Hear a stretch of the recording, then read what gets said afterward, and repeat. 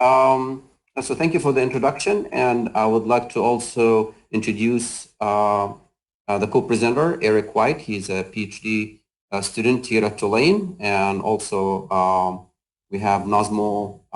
He's a postdoc on the same project. So three of us from Tulane University are collaborating pretty closely with our colleagues from the National Water Center in Tuscaloosa, James, Dongha, Fred, and Trey from the National Water Center, and we collaborate back and forth between our codes with the National Water Center. The idea behind this effort is to upgrade and improve the channel routing component of the National Water Model and introduce additional routing techniques to the existing Muskingum-Kunj method, which is the primary routing scheme right now for the National Water Model. And this effort here is funded by one of the NOAA programs called JTTI. It's one of the funding vehicles that is funding us to develop and implement that upgrade to the National Water Model. I will pass it on to Eric to present the first few slides on the presentation, and then I will take it over after that. So Eric, it's all yours. All right, thanks, Ehab. And so I'm going to talk a little bit about some background research and sort of theory at first, and then expand a bit on the continental scale approach that I'm using for my PhD research. And then I'll pass it back off to Ehab to highlight some of the test cases and more of the actual model simulations and things that he and Nazmo and other folks have been working on. And so just real quick update, I don't know how familiar you are, most of you are probably quite familiar with the National Water Model, but it is a continental scale model that provides short-term, medium, and long-term range forecasts from 18 hours out to a month in time. Uses atmospheric forcings from a variety of sensors and other model data sets available from NOAA, and then it provides hydrologic surface and subsurface routing for the rainfall runoff processes in the model, and then does hydraulic channel routing using the Muskingum-Kunj equation in the WRF hydro model. And then it utilizes the National Hydrography data set, which is what we're using here to do this analysis. And you can sort of just see a screen grab of some of the larger rivers in that, the National Water Model. Ehab, if you want to advance slide. So the fundamental equations used in channel routing are the same phenomenon equations in one-dimensional channel routing. And so you have the conservation of volume, obviously, at the top, and the conservation of momentum is the lower equation. And depending on the complexity and sort of the completeness of the momentum conservation laws, you have different sort of approaches to how channel routing is modeled. And so the most simplified approach is to drop both the inertia and the pressure terms in the momentum equation, and you're only really modeling flows as a function of gravity and channel friction within the channel on the flows. And that approach is called the kinematic wave. And so you can see that's sort of the simplest, quickest to run, most sort of numerically stable approach here, but also least applicable, we think, to the majority of flow conditions where gravity and friction are really the predominant terms.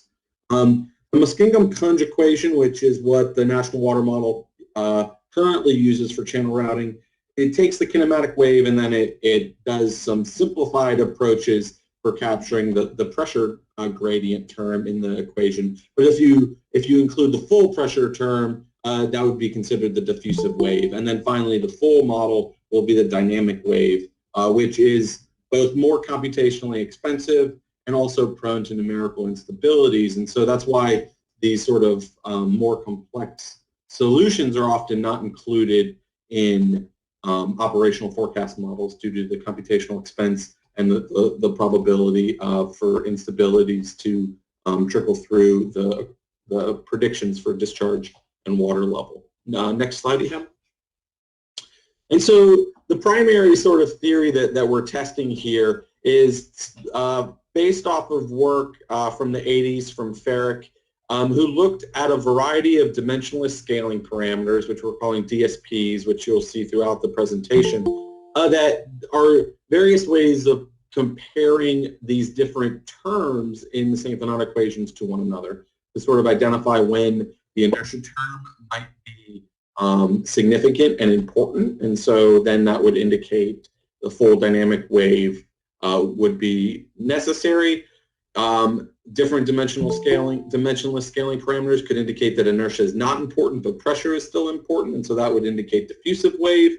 And similarly, when both inertia and pressure are not significant, where kinematic wave might be adequate for predicting flows and water levels in channel networks. And so through the National Water Model Summer Institute, National Water Center rather, Summer Institute a few years ago, Ehab and some students there did some experimental design of examining these different DSPs in sort of idealized cases. That was recently published in the Meselhe et al. Paper there. And I'm going to sort of talk through some of that in these next few slides, where it determines where exactly, primarily the F sub C DSP and then the D parameter are important, and those indicate when diffusive wave is required or dynamic wave as compared to kinematic. Next slide. Okay, so these are some of the sort of idealized test cases that we looked at in that paper. A few of them used real sort of observed channel geometries and channel flows that we pulled from FEMA HECRAS model of the Red River in Shreveport, Northwest Louisiana. So those are sort of the two figures on the left of this plot. And then there were some idealized channel geometries on the right, as well as sort of a whole bunch of permutations that we're going to look at in that table. And what this shows you is we looked at two different boundary conditions, either normal flow depth at the downstream or some assumed backwater condition where the flow depth is much greater than normal depth. And what these plots are showing, if you can sort of tease out the details, you can see the curves for D and F sub C, which are indicating the relative importance of these different terms. And the greater these are above 1 indicates whether you need these terms or not. And if it's close to 1, that's meaning that this dimensionless scaling parameter is indicating that one of the terms, the inertia or the pressure term, is more important. And so if you could go to the next slide, Ehab, we sort of flag these as to whether diffusive wave or dynamic wave is necessary. And so you can see on the top left there where it says diffusive wave is okay. That's because the F sub C, which is the bottom sort of solid plot, is above 10 at all times. And so that means the inertia term is not important. It's an order of magnitude less than the pressure and or friction terms. And so diffusive wave is probably going to be okay for most conditions in this channel at the normal depth at the downstream. However, if we impose a backwater curve, you can see that the sort of ratio drops much closer to parity, near 1, meaning that the inertia term is now important, and we would likely need diffuse dynamic wave solution there. So if we look at the next slide, we look at sort of the idealized cases where we looked at a variety of backwater conditions, a variety of channel roughnesses, and a variety of hydrograph shapes, and sort of throw the dimensionless scaling parameters into a plot to just sort of see the relative likelihood that these different terms are important. And so in the top right, you can see the dashed red lines. If you're above that top one for F sub C, that's saying the diffusive wave is an acceptable simplification. And if you're below 1 in that bottom red dashed line, you would need the dynamic wave. And if you're in between there, obviously, exactly at 1, they're sort of balanced. And as you move away from 1, it becomes less sensitive to the inertia terms. And so what this is showing here is that in 97% of these sort of permutations that we looked at, the pressure gradient is non-negligible. And so that means we're going to need at least the diffusive wave. So kinematic wave, that's simplified the most simple approach that's quick to run is really not going to be useful for the vast majority of the cases. It likely would lead to sort of inability to trust some of the results, perhaps. If we look at then the inertia terms to see where the diffusive wave is inadequate or we need the dynamic wave, that looks like around a quarter of the cases are indicating that we might need the dynamic wave, that full solution. And again, these are just purely based off of those idealized channel conditions and those one single set of permutations we looked at. But this falls in line with the original analysis where Farrick estimated that somewhere between 60 to 80% of sampled points likely indicate that the inertia term is negligible. So next slide, Ehab. And so what we want to know is we want to sort of take this approach that we used in this previous analysis and expand it across the continental United States. But we want to know sort of this information before we enter the full dynamic wave routing algorithm. And so the inertia terms are only able to be calculated when you run the full dynamic wave. If you run a simplified approach, you can't use that. You don't know if it's important or not. And so we need to rely on these dimensionless scaling parameters that can be calculated from a simplified approach, either the diffusive wave or Muskingum-Punch, and using those DSPs sort of make sure that these ratios and things are appropriate and that it's okay. And for this particular forecast simulation, we're comfortable with not needing or requiring the full dynamic wave solution. And so we're going to look now, sort of what my PhD work is, sort of scaling this out to the channel network across the continental United States to look at where exactly these and under what flow conditions in real channel networks these DSPs are flagging whether we need the full dynamic wave or if we can make do with diffusive wave or even kinematic. Okay, next slide. Okay, and so what we're using here are continental scale channel networks that are used in the National Water Model. So we're using the NHD, the National Hydrography Data Set, the PLUS, which includes some catchment properties, channel slopes, and so on. But we have reduced this network to what you're seeing in this map. These are the two sort of highest order streams within each HUC4 watershed. So we're really only looking at, as you can see, really like the main stem of rivers right now for this analysis. Next slide. Okay, and so what we're doing here is there's channel properties that we know. There's slope, there's channel roughness, which we can assume, there's channel length. Those are information that we can get from the National Hydrography data set or make reasonable assumptions when it comes to roughness.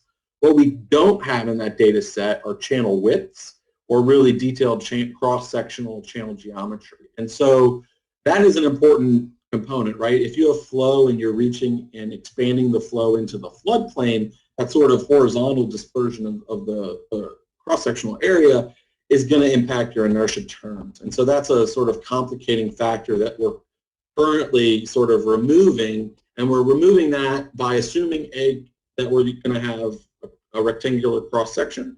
But we're also assuming that the flow rate in that cross-section is not so great that it would be actually in the floodplain, but would be confined to the channel. And so we're utilizing sort of a principle of river geomorphology of Bankful channel width that says that approximately from the 2-year storm or the 2-year flow rate is the sort of the channel forming discharge, and you wouldn't be expanded into the floodplain at that point. So we're saying for sort of conditions that are at the 2-year flow or more frequent, that this sort of rectangular simplified cross-section geometry is sort of the safest place to make that assumption. And so from Wilkerson et al. Here, their paper in 2014, they provided sort of a statistical model where you can relate upstream basin drainage area to Bankful channel width. So we know the upstream basin area from the National Hydrography data set. Using these relationships, we can calculate the Bankful width. And then using information from the USGS's StreamStats website and data, we can pull sort of the statistically derived 2-year flow rate for that location. So we now have sort of a realistic Bankful flow, and then also the realistic channel slope, and then this regressed sort of Bankful width to get at our channel geometries. Okay, so that's sort of, we can now expand this sort of continentally now. Everywhere we have a channel in the National Hydrography dataset, we can pull the stream stats information. If there's some places where that's not available, but the vast majority of the continental United States has that. And then we can build these sort of 1D models and run a full dynamic wave solution with this 2-year flow rate. Next slide, Ian. Okay, and so here's sort of a test case where we looked at a really steep river reach. So this is right at the Continental Divide in Montana in the upper headwaters of the Columbia River Basin. And so you can see we pulled the 2-year discharge from stream stats. We have the basin area, we have calculated Bankful width, we have channel slope, we have an assumed channel roughness, and the channel reach length. And you can see here sort of our assumed hydrograph input. We assumed a sort of triangular hydrograph. We'll vary that in future analyses I'll talk about in a little bit. And you can see the routed hydrograph to the right there at the downstream location. It's smooth, it's attenuated a bit, and it takes, you know, several hours to travel down those 165 kilometers. Next slide. Okay, so if we look at this particular location, you can see sort of that blue line is a 1 day of simulation, and the solid line here is F sub C, which is on the left vertical axis. So F sub C for the vast majority of the conditions is greater than 100, indicating that inertia term is not necessary in this steep channel with a 2-year flow rate.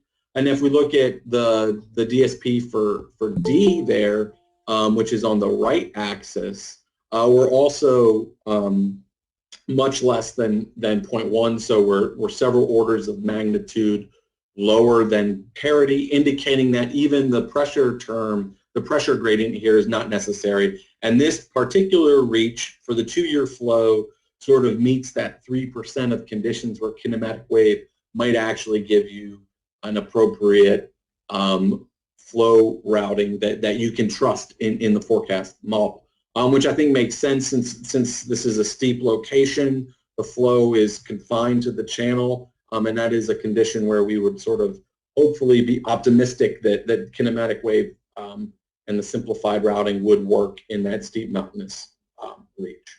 Next slide. And so that's sort of the test case, and then the next steps are we're going to be sort of I'm working now at sort of building out this permutation continentally. And so for each of these river reaches, we're going to pull those same flows. We're going to look at a variety of downstream conditions. So if you have complex channel networks, you might have rainfall in one headwater of a neighboring basin that gets to the downstream to the confluence before this other hydrograph is routed in the channel that you're looking at. And so using different backwater conditions or drawdown conditions or normal flow depth conditions, we can examine how these DSPs and these ratios change. I'm going to look at varied hydrograph shapes and durations at those specific peak flow rates, and then I'm also going to actually look at smaller flow rates as well. So this is sort of ruling out for the vast majority of sort of events, hopefully determining that the simplified approaches can be trusted. I saw there was a question that popped up about 100-year flow rate, and that's something that I'm going to be looking at less in the continental scale and more in a specific detailed study. So I think that's actually on the next slide. Yeah, so actually it's one more slide, but I'll get to that in a minute. But we're also going to look at the sort of slope heterogeneity along these channels and if that's important, and then looking at sort of channel roughness, so sort of building out those permutations that we had looked at previously, but using the national channel network. And then the last bullet point here, Ehab's going to talk a bit about in his slides with the simulations that he and Nosmal have been working on. But sort of the downstream boundary condition is really important. And in my simulations currently, I've assumed sort of a steady state condition at the downstream. But if that's variable and fluxing in time, either vertically, large magnitude, or quickly, that will likely have important impacts on tidal locations specifically, or with that sort of routed hydrograph in steep headwaters that I mentioned earlier. And so one of the permutations we're going to look at is to use the existing channel network in coastal zones, pull the observed tidal amplitude from the NOAA gauges, and sort of put the tidal range and tidal period as boundary conditions to see how these solutions vary. And on the next slide, Ehab, is where I'm going to look at sort of the complexity of this cross-sectional geometry and access to the floodplain, which is where the 100-year flow sort of analysis comes into play. And due to the sort of the difficulty in cutting cross-sections at a continental scale for the floodplain, I'm going to do this at specific locations. So two that we've identified so far, the Vermillion River, which is a tidal, very flat, low gradient creek in Louisiana, and then also Goodwin Creek, which is a little steeper in Mississippi in the Delta Valley. But at those specific locations, and I'm going to select a few more, look at actual channel geometries and then expanding those flood waves up to a much more impactful flood wave where you have the access to the floodplain. And then doing both at this location, we'll be running both the full dynamic wave and then also the diffusive wave, and comparing, instead of just comparing the dimensionless scaling parameters, actually compare the model predictions of flows and water levels, which is what Ehab is going to talk through in his next few slides. And I think that's my last slide, Ehab. I don't know if there's time for questions now or at the end of your talk.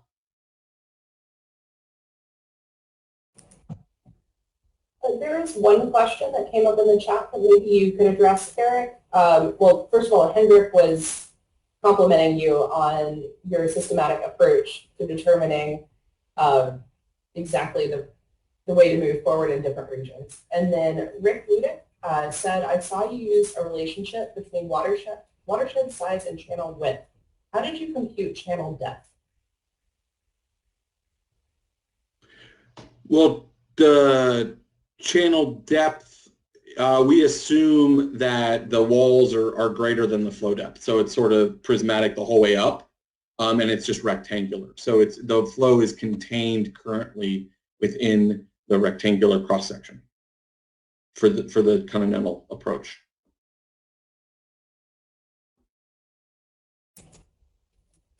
Thanks, Eric. And Hendrik's also saying the more test cases you can do, especially in coastal regions, the better. But obviously that takes a lot of work, and I'm sure it's heading that direction. So yeah. Go ahead and take over, Ehab.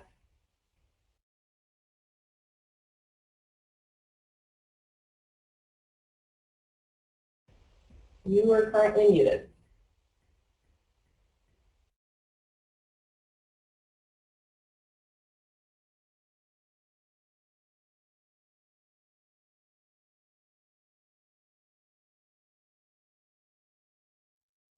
Okay, sorry, I unmuted myself now. There we go, thanks. Okay, so I was saying that that's a good segue to talk about these two experiments because they were both in the coastal zone. So the first experiment is portion of the lower Mississippi River, basically the downstream most 400 kilometer, starting from Baton Rouge down to the mouth of the river. And we did this experiment to assess two different aspects. One is to benchmark the speed for the diffusive, the dynamic, and the Muskingum Kunj. And then the other objective was to evaluate the relative accuracy by upgrading from one method to another. So we ran all three methods for that river reach, the 400 kilometer. And these are the general attributes of how many cross sections and the spacing between them. We actually ran the diffusive and the dynamic using the natural cross sections as they are surveyed as well as the variable river Falweg. But in order for us to compare to the Muskingum-Kunj, we had to fall back to the NHD plus data set approximation, which allow us to run the Muskingum-Kunj. So we had to simplify the cross sections as well as finding average slope instead of the actual slope of the river using all the spatial variability of it. But that at least allow us to compare them against one another directly. And this is the relative speed between them when we ran an 11-year simulation. And in order for us to, because the time here may not, we cannot relate to it as easily. So what I did is we took that and prorated if we would run these methods, and I just prorated linearly for now just to give a good, or at least the first cut estimate. So I prorated it for running the entire NHD plus, which is roughly about 5 million linear miles of channels. And I wanted to see how long it will take us to run 1 hour simulation, which is basically the frequency of the update from the National Water Model. It would take the dynamic wave about 200 seconds to run the system, relative to the diffusive wave, which runs in 47 seconds, so it's considerably faster. And actually, interestingly, the diffusive wave ended up being a little faster than the Muskingum-Kunj, which is kind of a little bit counterintuitive and surprising even to us. However, the Muskingum-Kunj requires iteration, and those iterations ended up being costly enough to make it comparable or maybe even a little slower than the diffusive wave. But so they are both in about the same order, and they are both faster than the dynamic wave, but it's very encouraging to see that the diffusive wave is quite computationally efficient. And then now let's look at the relative accuracy. Before we did the experiment, we also estimated the DSPs that Eric explained in details. So for the lower Mississippi, it ended up being actually, because it is, even though it has a lot of backwater influences in it, because it's such a large river, so it does not respond in a flashy manner. It actually rises slow and recedes slow.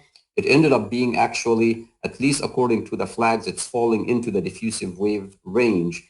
So now we need to see the outcome of the actual data set, whether it actually did come up with the diffusive wave being a good representation. So we ran the 11 years from 2009 until 2020, which did include, by the way, several large events, flood events in the Mississippi. This is the discharge and one of the locations within the model domain that we modeled. And interestingly, actually, all three methods did quite well comparing to the data. Even the Muskingum-Kunj did the discharge quite well. So they're very comparable in terms of the discharge hydrograph. And when we compare all three methods at a lot of interior other locations, we didn't have measurements for them, but we just compared them against one another.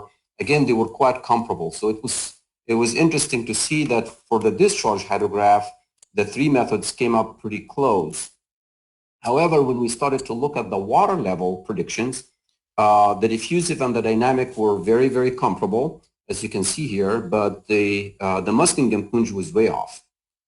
It introduced a lot of errors in there because it has a really difficult time capturing backwater, whether the rise and the fall is slow or not. It just does have hard time capturing any backwater, and that's why it was way off in terms of the water level. It routed the discharge okay, but it did not translate into good predictions of water level whenever you have backwater like that, which is quite common in most coastal areas. You will have a lot of backwater effects in there.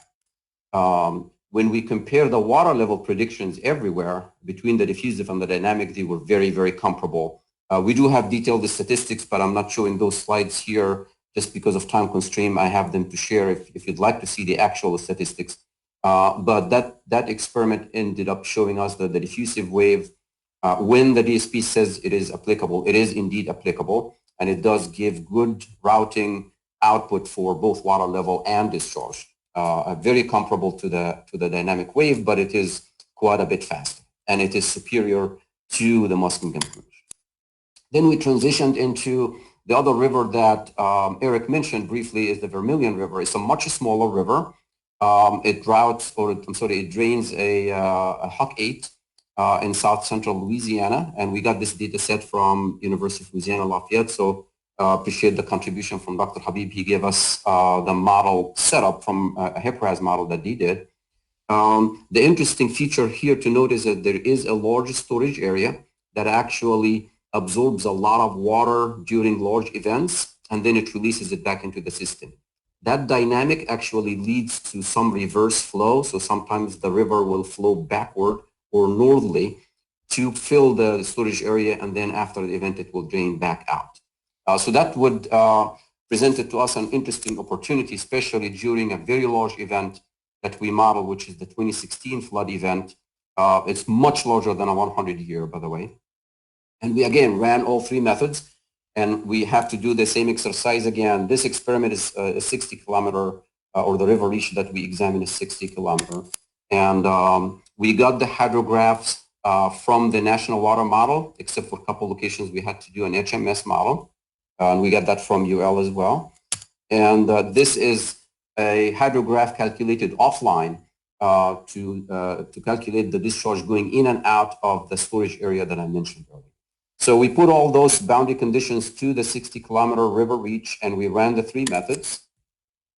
And we also calculated the DSPs to see what are they telling us. And during the peak of the event, and during the large dynamics where a lot of rainfall was coming in, or runoff coming into the river, the flow was being reversed northerly to the storage area, the DSPs are telling us that we have to use the dynamic, or the dynamic routing is needed. And interestingly, after the event receded, the DSPs actually settled to and told us that the diffusive wave could be sufficient in there. So we ran the experiments. This is the diffusive and the dynamic, comparing them to a water level at one of the locations.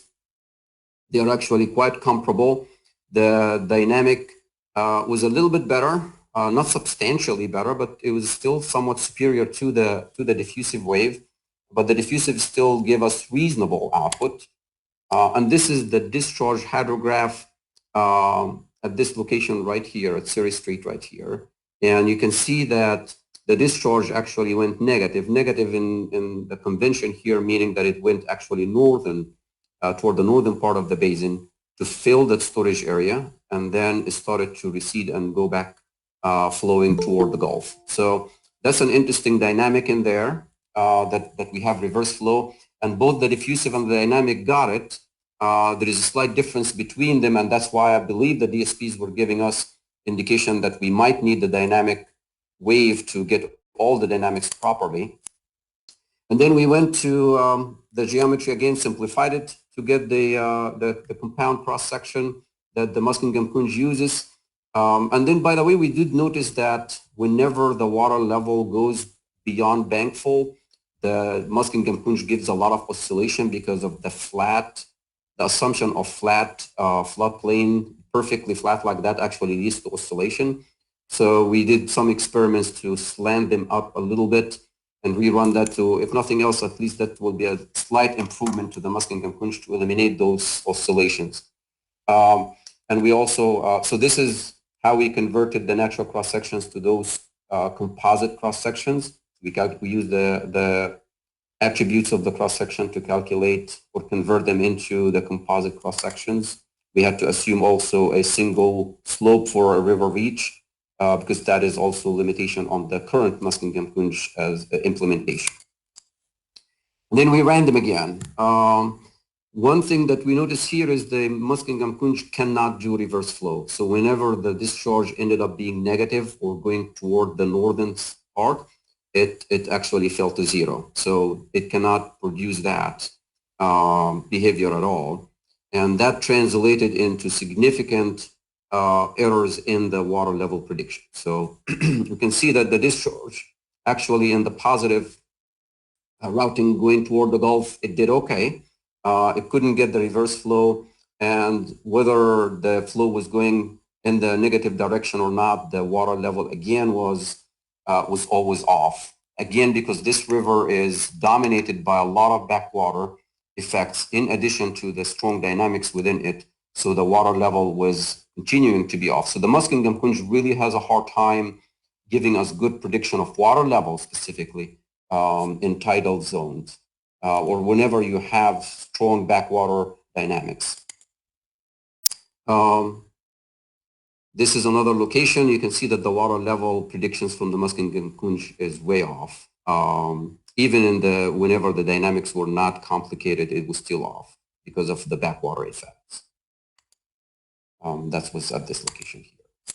I will show you a little bit of an animation here to compare the methods. I'm going to focus on the part where we have the flood event coming in. This should start in August 13. So I stopped it here for a second to show that whenever we started, or the area where we have negative discharge, there was a slight difference between the dynamic, which is red, the diffusive is blue. So there are still differences between them in the discharge prediction. But the zero discharge in the Muskingum-Kunj, because its inability to get diverse flow, led to very large errors in the water level. So that's an issue. Those green oscillations, that's what I was mentioning earlier because of that assumption of flat floodplain elevation. When we slanted them slightly, you can see that we got rid of the oscillation. So that's an easy fix that we're recommending to the National Water Center colleagues too, that they can implement, and it will get rid of the oscillation. It won't improve the accuracy at all. It would just get rid of the oscillations. But it's still, you can see there is significant errors from the prediction of water level. And you can see there are still some differences between the dynamic and the diffusive until the event passes. And then when we get to the last part of the hydrograph where after the event, the dynamic and the diffusive are indistinguishable from one another. So again, that confirms some of the things we saw in the Mississippi River experiment, but here it definitely exposed some of the differences between the diffusive and the dynamic. So we ran some simpler tests to enhance or clarify the difference between the dynamic and the diffusive. So we ran simple cases here where we have an upstream hydrograph that we will get from typical runoff, and we have a tidal signal or a water level variability at the downstream end. You can see there are some differences between the diffusive and the dynamic, but they are not significant differences. Water level was okay, discharge was still not too bad, but the stronger the tidal signal becomes, or the stronger the water level variability at the downstream, you can start to see that there are significant differences in the discharge routing. Interestingly, the water level was not affected as much in cases like that. So these differences here are obviously will cause are concerning in tidal areas or coastal zone. It's also an area of concern upstream of reservoirs, because if we are caring about volume and not only flood elevations, then we need to perhaps consider the dynamic wave in those kind of situations. But the broad range of applicability of the diffusive wave was actually quite good because it is an efficient, computationally efficient method.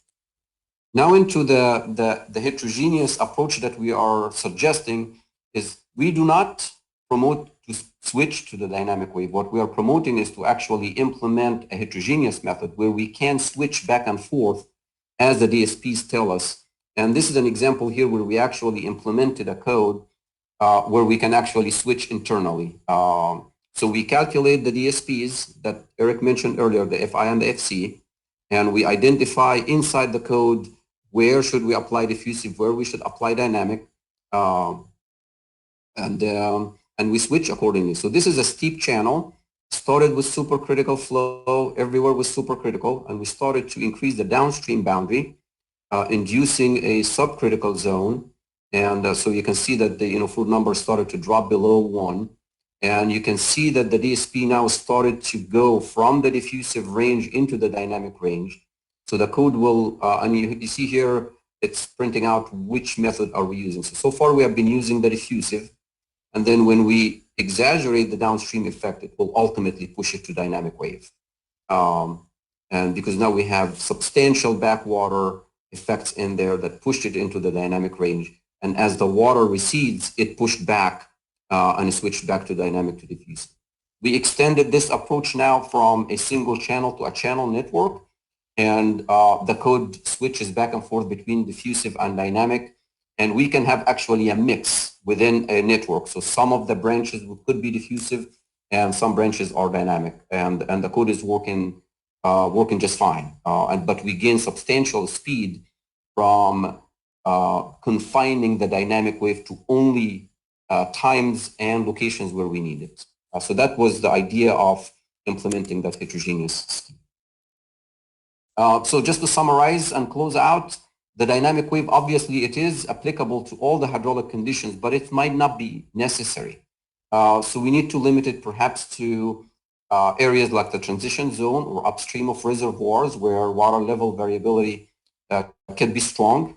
And we can actually speed it up some more if we continue to optimize the code. The diffusive wave ended up being a really stable and quite computationally efficient method. It is broadly applicable, especially if it ends up being comparable to the Muskingum-Punj in terms of runtime. Then why not actually expand the applicability of the diffusive wave broadly at the continental scale? The Muskingum-Punj, actually, it is a very stable method, obviously, but it does have a hard time in situations where we have strong and rapid backwater influences. The limitations in terms of not capturing all the slope variability in there is also could be problematic. It does not model flat or adverse slopes. It has to be downward slope, so that's also a limitation, especially in flat areas, which is quite common in the transition zone geometries. So that's really, these are our findings so far. We are continuing the implementation of this approach, and hopefully in next versions of the National Water Model we'll be able to implement this. And with that, I open the door for some questions if we have time. Thank you, Ehab and Eric, so much. That was a great presentation, really informative. We're running a little bit behind on time. There is one question in the chat, and maybe we can address that while we're switching over to the next presenter. There was a question, when you switch between the equations, does that create any spurious internal waves? So that's a good question. So far, we have not seen, at least it did not lead to instability. There is some slight shock to the system when it switches, but that's something that we are working on to smooth that shock. But so far, it has not led to any instabilities. Good to know. And then final question before we switch over. Do you have any information on cost savings in the hybrid approaches? I assume you mean computational costs. It's going to be substantial, obviously, especially because the diffusive wave, as you saw it in the benchmarking that we did, is several.